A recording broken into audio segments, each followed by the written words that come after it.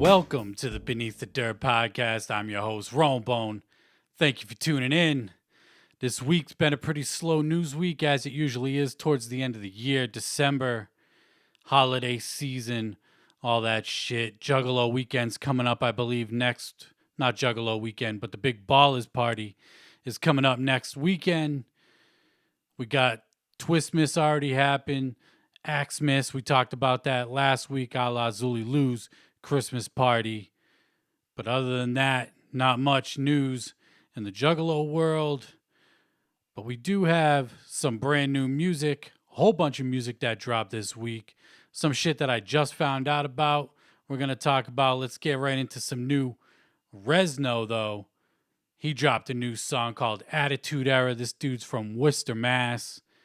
My home city, hometown, whatever the fuck. This track right here, just kind of some shit talking. Love the artwork. Brings it back to the Attitude Era of WWE. Degeneration X. You got ResNo on the cover. Looks like probably 9 Mills. They be doing shit all the time together. They're on the tank, dressed up, looking like DX when they invaded WCW and shit. But he dropped this new track right here. Animated video to go along with it. Pretty dope shit. Shit talking. Beats dope. Mix sounds really good. He's put out a couple songs this year along with 9 Mills. They've been dropping singles, getting ready to drop albums coming up, I believe, next year. So keep a lookout for that. Attitude Era from ResNo. Pretty dope track. And then we got brand new album from Atmosphere, Slug, and Ant. Coming out of Minneapolis, Rhyme Sayers, you know Atmosphere. I had no idea that they were dropping a new album. I follow Rhyme Sayers. I follow Atmosphere. I haven't seen any promo for it. I had no idea. I would have talked about it on the show. This kind of just came out of nowhere for me. Brand new album. Haven't listened to it. And to be honest, I'm not sure if I will listen to it. Last album I checked out from Atmosphere was Southsiders a few years back. Their new shit, it's kind of whatever to me. I fuck with God Loves Ugly, the Lucy Ford EP, Overcast, all the early shit. I really like When Life Gives You Lemons, You Paint That Shit Gold. That's a really good album. And they got a few other albums that are pretty dope, but this shit right here just dropped this Friday. You know, if nothing else comes out for the rest of the year, I might eventually check it out. I do have it downloaded in my iTunes.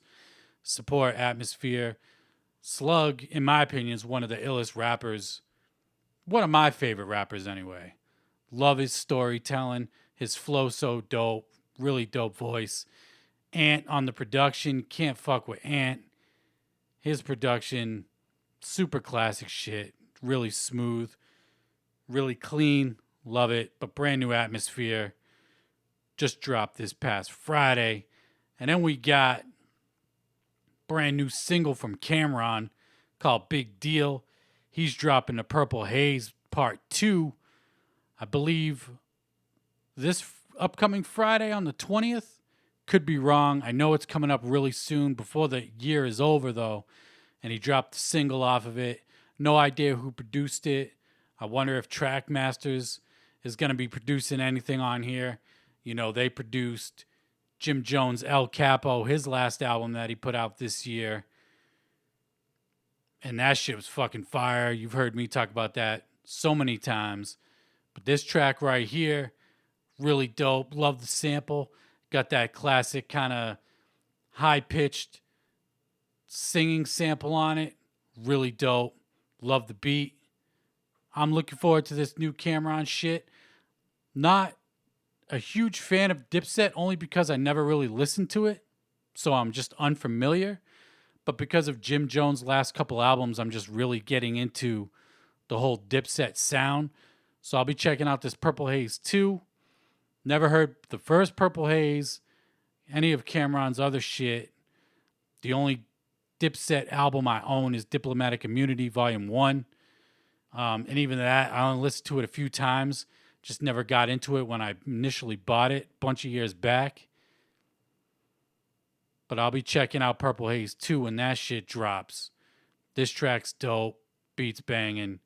Cameron, just really dope shit. And then we got brand new City Morgue. They dropped the album. They played The Gathering of the Juggalos this past year. Their new album, As Good as Dead. Again, haven't heard this album yet. A bunch of shit dropped this week, and I'm just kind of stuck on bumping Griselda shit, to be honest. Conway, Everybody is Food series. I've gone back, and I'm just kind of stuck on those three.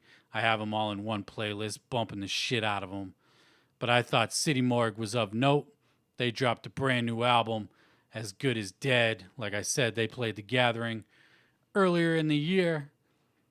So I thought that would be of interest to people who listen to the show. So go check that shit out. City Morgue. And then we got new music from Dubs. If you're not familiar with Dubs, he was on the last Mission Infect album. Mission Infect, ran by Low Key.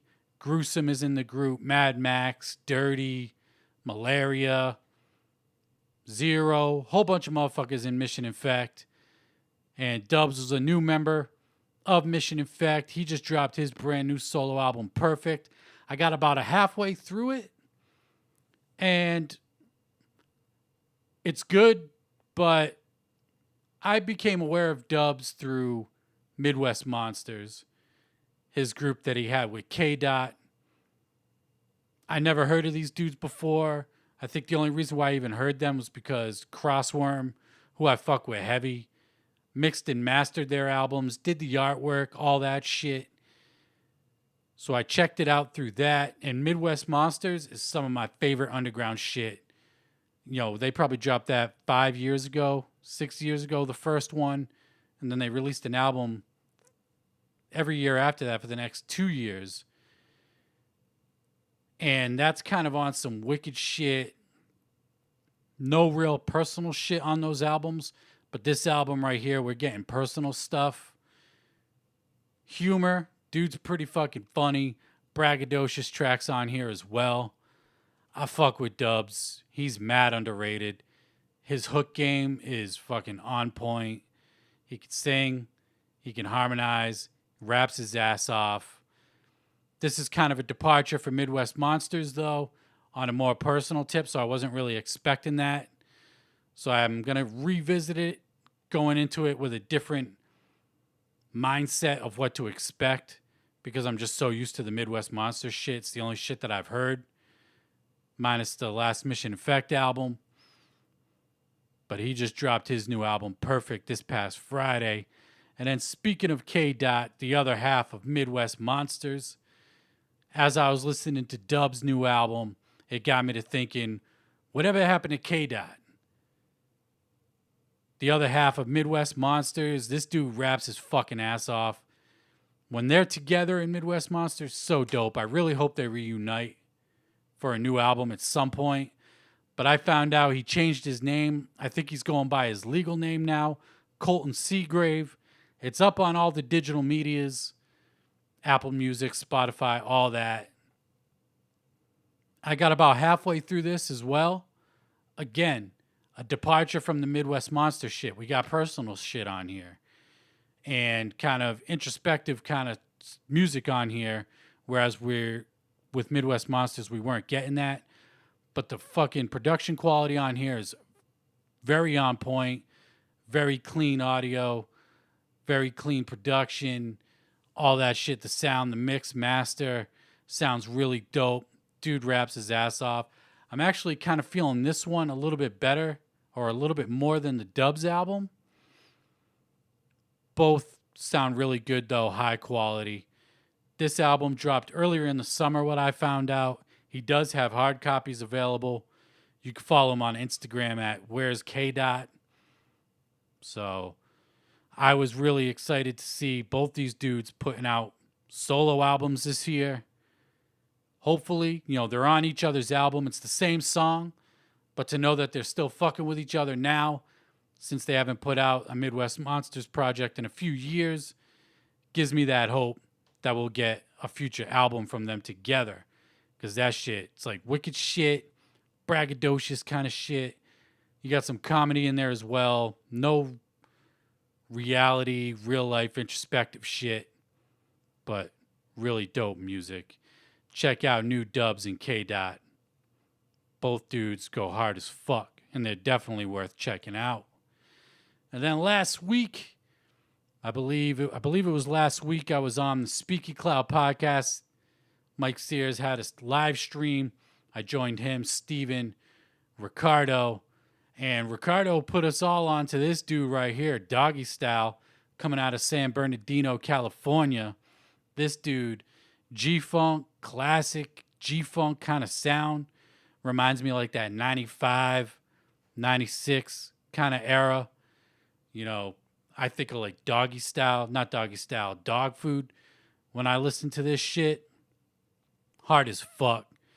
You see the fucking Impala on the front, chromed out rims. This album's really dope. From what I understand, this dude just released this about a month ago or so, give or take. He's got hard copies available. It's Doggy Style with 4 E's at the end. You know, he's a tall, lanky motherfucker. He don't look like Snoop. He don't really sound like Snoop. But he's got the Doggy Style name, so, you know, when you think of Doggy Style, you think of Snoop. But this shit hard as fuck. My favorite rap music, if I just had to pick one, like, subgenre of hip-hop to listen to, it would be the G-Funk. I absolutely love G-Funk.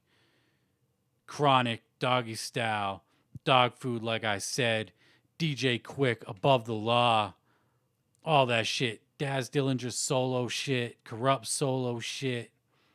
Love it. Love the G-Funk shit. Even the newer stuff, like YG's first couple albums, it was on that G-Funk kind of vibe. Those shits went hard as fuck. Check this out if you like that G-Funk style, if you like that sound coming from the West Coast. Definitely worth a listen. It's up on iTunes, Spotify, all that. So check that shit out. And then we got brand new album from Royce da 5'9". It's not released yet, but he announced the title. It's called The Allegory. He was on Joe Budden's podcast earlier last week, and he's talking about the album coming out possibly next month, if not February. Y'all know how I feel about Royce da 5'9", my favorite rapper in the game right now. Dude's killing it. He's on top of his game. I know he's been sober for a few years. I'm sure that got something to do with it. But this is the album cover for The Allegory. I'm looking forward to it. Royce da 5'9" is the shit. I hope he drops it next month rather than February. You know, Book of Ryan that he dropped last year. One of my favorite albums. I don't know if anybody could pull off a autobiography like that, like he did, but that shit was so dope with Book of Ryan. Going from childhood all the way dealing with addiction, all that. But Royce da 5'9", The Allegory, dropping next month, possibly February. And then we got Ill Bill. He dropped a brand new track and part of celebrating Fat Beat's 25th anniversary, I believe it was. He's got a new track featuring Lord Goat, formerly known as Gore-Tex, of Nonfiction. This is produced by Snow Goons. This isn't the typical kind of Snow Goons production that I think of when I think of Snow Goons. You know, when I think of them, I think of like super epic, like Braveheart battle scene kind of production. You know what I mean? Their first few albums kind of just all the songs were just super epic, tons of features. But this shit right here, it kind of reminds me of some like old school Black Sabbath. It's got that like guitar, slow, evil fucking sound and track. No hook on here. Lord Goat comes in here first, spits the first verse, and then Ill Bill comes in right after him. Super dope. I'm hoping we get some kind of nonfiction shit next year. I saw Sabak Red on Instagram earlier, hashtagging nonfiction, saying something about getting back into the grind, back into the fucking swing of things. So I'm looking forward to any new music coming from Ill Bill. He dropped 2 projects this year, Cannibal Hulk, Pulp Fiction. So this shit right here, very dark, evil kind of fucking sounding track, dope production from Snow Goons. Check that shit out. Available everywhere. And then we got a brand new track from Bexy. This dude's from the UK. This dude's kind of left field. I know he used to roll with Lil Peep, but he don't make that kind of emo kind of music. He's done shit with Suicide Boys. I know he rolls with Puya. That whole fucking clique over there, all them group of dudes. And this track right here, Eternal Flow, it's kind of like on some club boppy, feel good kind of shit. I dig it. I like Bexy. I fuck with dude. His accent is thick. If you don't really like that UK hip hop, you might not like this. I'm not huge into UK hip hop. Very few shit I've ever heard from the UK that I like. I fuck with this dude right here, though. I highly suggest you check out his new track, Eternal Flow. He dropped Spooky Electric, I believe it was last year. I want a new project from this dude. He's very dope. Super catchy hooks. Even the verses, like the way he just harmonizes and the melodies and all that shit. Really dope. And then the last bit of new music we got this week, Godemis of Cess Crew. He dropped Distro Mag 2 Part 2 of his upcoming album. We got 4 new songs. We got Picturesque, LMFAO featuring Gmo Ski, Cemetery, dope track. Didn't really put that together till I just said it. And then Beta Ray Bill. Shout out to Beta Ray Bill. If you read fucking Marvel, you know Beta Ray Bill. That dude's fucking dope. He's so ill. But we got new shit from Godemis. I haven't listened to any shit that he put out, except for the first 2 tracks. I forget what they were called, but I don't really remember them, to be honest. I'm waiting for the full album. Y'all know I don't like the rollout that Strange Music is doing, although I do get it, because the way music is digested now, you just got to keep releasing it. People just, you release some shit, you got to get some new shit right away. So we got new Godemis. I'll be peeping the album when it drops, hoping it's going to be better than the UBI album. Ubiquitous of Cess Crew dropped his solo album earlier this year. Wasn't really a fan of that shit. Hopefully, Godemis shit is going to be better than that. And that's pretty much it for new music this week. Actually, a whole bunch of new music this week. No real news that came out this week that is notable, noteworthy that I could think of. But let's get into another ranking. The last ranking I did was Dark Lotus albums. I like to pull these out on slow news weeks. And we're going to be ranking ICP Sideshow EPs. Feel like there hasn't been a lot of Juggalo shit on the show the last couple weeks because not much shit really going down. And I saw Mike Sears from the Speaky Cloud podcast. He did a ranking of the Sideshow EPs. He only did Beverly Kills, Terror Wheel, and Tunnel of Love. But I figured, and I commented on his shit, that I'm going to be doing all the EPs from Dog Beats up to the Phantom, which was the last EP that they put out. We're going to be doing all of ICP Sideshow EPs. Are they all considered Sideshow EPs? Dog Beats isn't. I don't think House of Wax is. Eye of the Storm, The Calm, but for the sake of the video, we're just going to call it the Sideshow EPs. And then let's get right into it. And we actually going to do 2 CDs.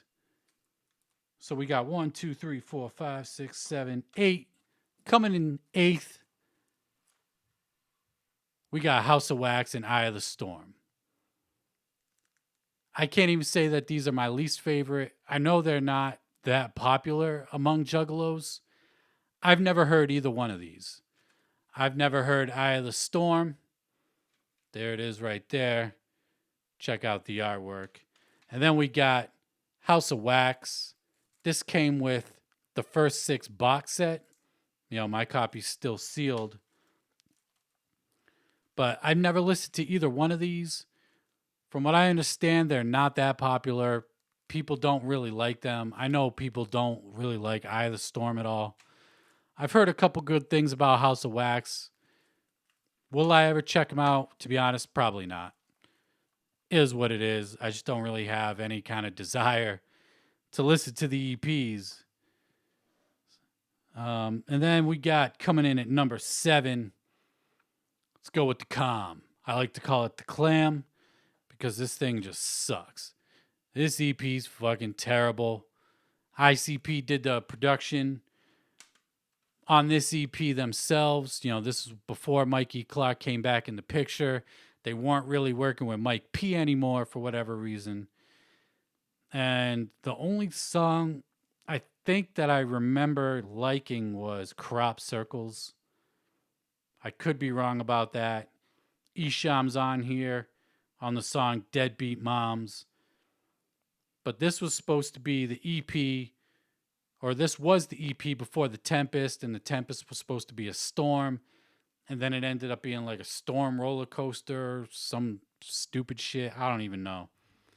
But coming in at number 7 is The Clam. And then we got coming in at number 6. Now, from here on out, the rest of these EPs, I like. You know, those first 3, just not a fan or never listened to it. So coming in at number 6, we got The Phantom. This is the extra spooky edition that they re-released because they released like a blank CD of The Phantom at the Gathering. At the Gathering 2015, I believe. This came out right after The Missing Link. And this was the only good thing to come out of the Missing Link era. This EP is very solid. No More Jail, Ben April, Detroit Carjacking, Super Duper, Murder Gone Wrong. Like every song on here is dope. I don't know why The Missing Link was so terrible. And then they somehow managed to put this out and was really good. But I fuck with this EP. Like I said, the only good thing to come out of the Missing Link era is this Phantom EP. If you ain't checked it out, I definitely suggest you checking it out. Solid work from ICP on there. And then we got coming in at number 5, Carnival Christmas. The Christmas EP from ICP. It's only 4 songs. This came out 25 years ago, 1994. We just celebrated the anniversary for it. And although it's 4 songs, really it's only 3. But the 3 songs, Santa's a Fat Bitch, Red Christmas, and Santa Killers, very classic material from ICP, especially Santa's a Fat Bitch and Red Christmas. First time I heard those was on the Forgotten Freshness albums, 1 and 2. Very classic shit. And just because it gives me that feeling and the memories of listening to Forgotten Freshness 1 and 2, I had to put it above the Phantom EP. But this shit, super classic. Santa Claus is a fat bitch. Love that shit. So classic. And then we got, coming in at number 4, we got the Dog Beats EP. Technically, this isn't Insane Clown Posse, it's Inner City Posse. But like the fucking title says right there, we're ranking ICP's Sideshow EPs. Inner City Posse, Insane Clown Posse, ICP. This shit's super classic right here. This is like the prelude to the Carnival of Carnage. Really dope. You got Ghetto Zone, the opening track. Violent J serving ghetto hard street shit. You know it's potent when the funky ass beat hit. Just coming and swinging. You know, you got the samples. I believe it was Scarface samples. Could be wrong. Correct me if I'm wrong in the comments. Wizard of the Hood, which ended up being on Carnival of Carnage. Classic storytelling, as you know, went on to be a full-length EP from Violent J. Life at Risk, a slower kind of song, but really dope storytelling from Violent J. Violent J was in his storytelling bag even back in 1992 when Dog Beats was released. And then you got the title track Dog Beats, which features all three members, Violent J, Too Dope, and John Kick Jazz. Rest in peace, John Kick Jazz. We're still waiting for that documentary, Psychopathic Records. Drop that shit already. God damn it. Do it for John Kick Jazz. You know, you got I believe it was the George Clinton sample on there for Dog Beats. Classic shit. That brings me back to Forgotten Freshness Volume 1 and Volume 2. That was on there as well. Love this EP. Great prelude to the Carnival of Carnage. Classic shit from ICP. And then, if you know ICP's discography, you know what 3 EPs are left, and it should come as no surprise. And it's kind of tough ranking these 3 EPs because they're just so fucking classic. So classic. But we got to do it. Coming in at number 3, Tunnel of Love. This was the first EP that I ever heard from ICP. And the only reason why it was the first one I heard, I bought it because it had more songs than Beverly Kills and Terror Wheel. You know, this one has 8 songs compared to the 6 on those other 2 EPs. But this is very classic right here. We got the original cover right there. I don't have the XXX cover. I will get it at some point as it's still easily attainable to get. But you got songs on here like Cotton Candy. You know, let's not forget the sampling that Mikey Clark did on here from all the porn videos, old school 70 porn videos, whatever.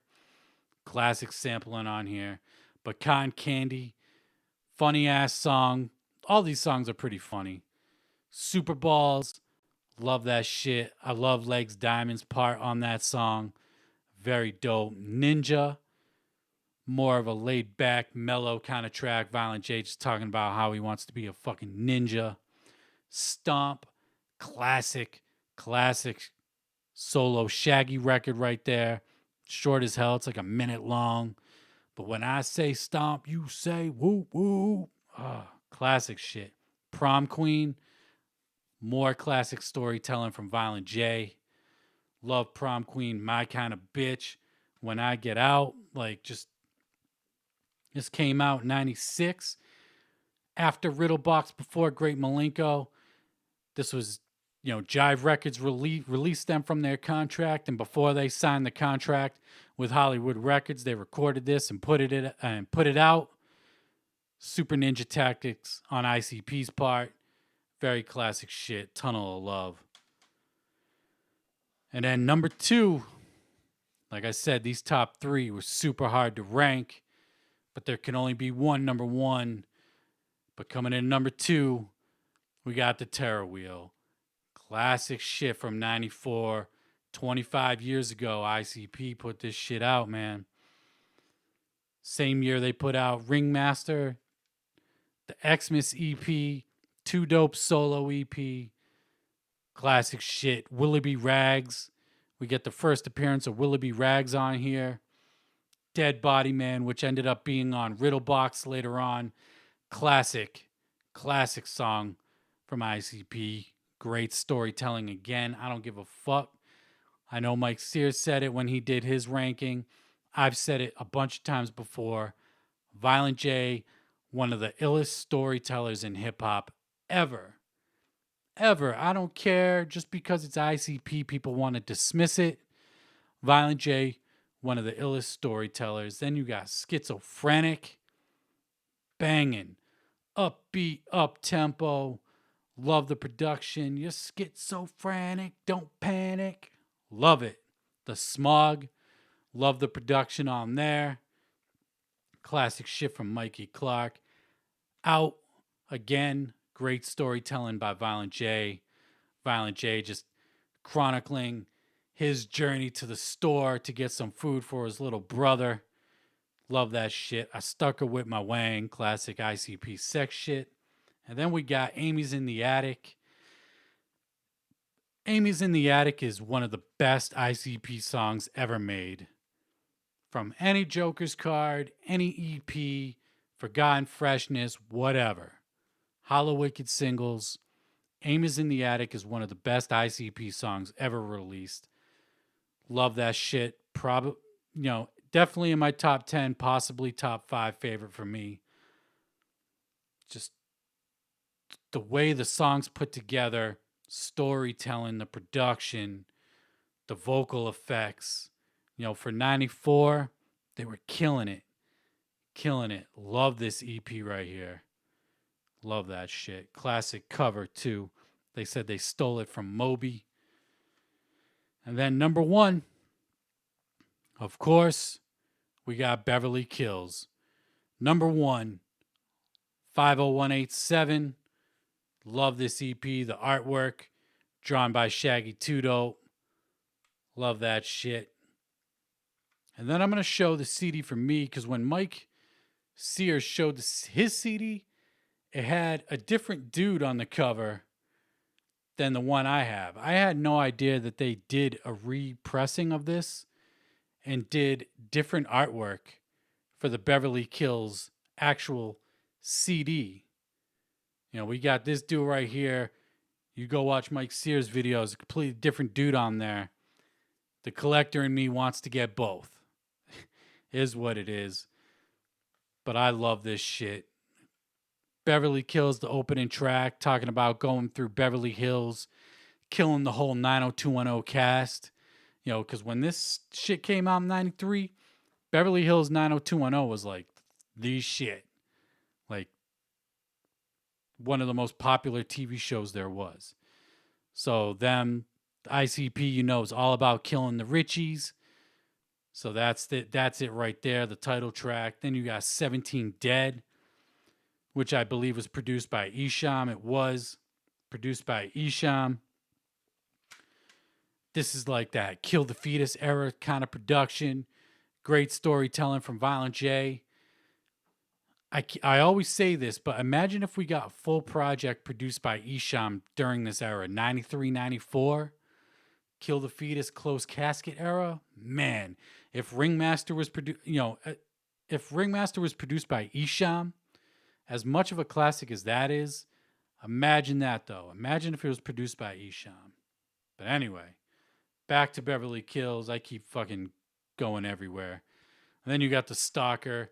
Again, great storytelling by Violent J. Great production by Mikey Clark. Him stalking a bitch. He's got voice messages from a girl that he was actually dating at the time, from a stalker that she was actually dealing with on this album. Really creepy shit.